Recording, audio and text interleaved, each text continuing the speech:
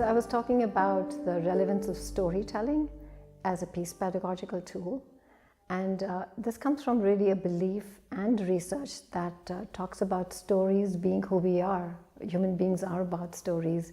We are informed by our stories as much as we inform the stories that we talk about our lives and selves. So I think in our DNA, stories are there, and we forget about them as we sort of grow older. They take the back burner and the back seat in our lives. But I still notice that when people get together, it's the stories that connect people.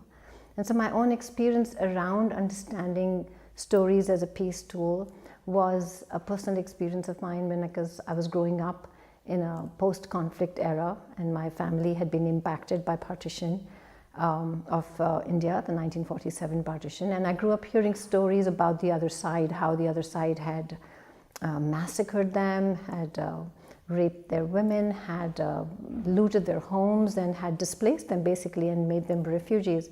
So I grew up with a lot of hate for the other side, and my history textbooks also reinforced that image.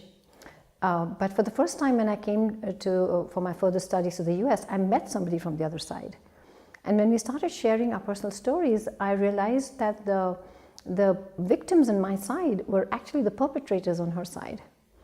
And those sort of the connections that we started making through that sharing, I thought there was much more there.